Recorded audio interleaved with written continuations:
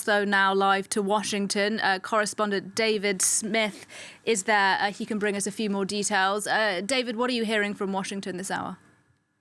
Well, yeah, there are some media reports here that al-Qurayshi was targeted by the US forces, and when he saw them approaching, he blew himself up along with his family. That's what a senior administration tells the New York Times. Not very many details are known about him, but this is obviously seen as a significant blow to Islamic State. Sounds like the operation was pretty similar to the one that killed another Islamic State leader, al-Baghdadi, 2 or 3 years ago.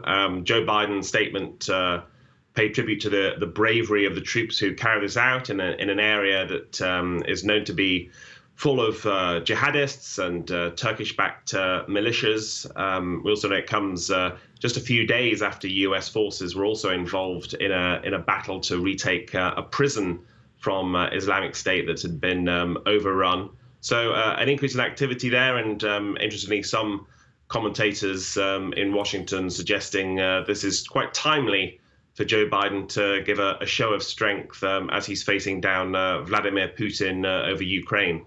Indeed, it's certainly a big symbolic win, if nothing else, for President Biden. I mean, many people will remember how well the killing of Osama bin Laden played for the then President Barack Obama. Indeed, and of course, Joe Biden needs a win politically, militarily, so to speak, because his reputation took a bit of a battering with the withdrawal from Afghanistan, and it's quite interesting. When you study the polls, when you talk to pollsters, they'll say, look, foreign policy doesn't usually decide elections, but you can map quite precisely. It was the Afghanistan withdrawal that really started the downturn in Joe Biden's approval rating. And although there are other issues in play, he's never quite recovered from that.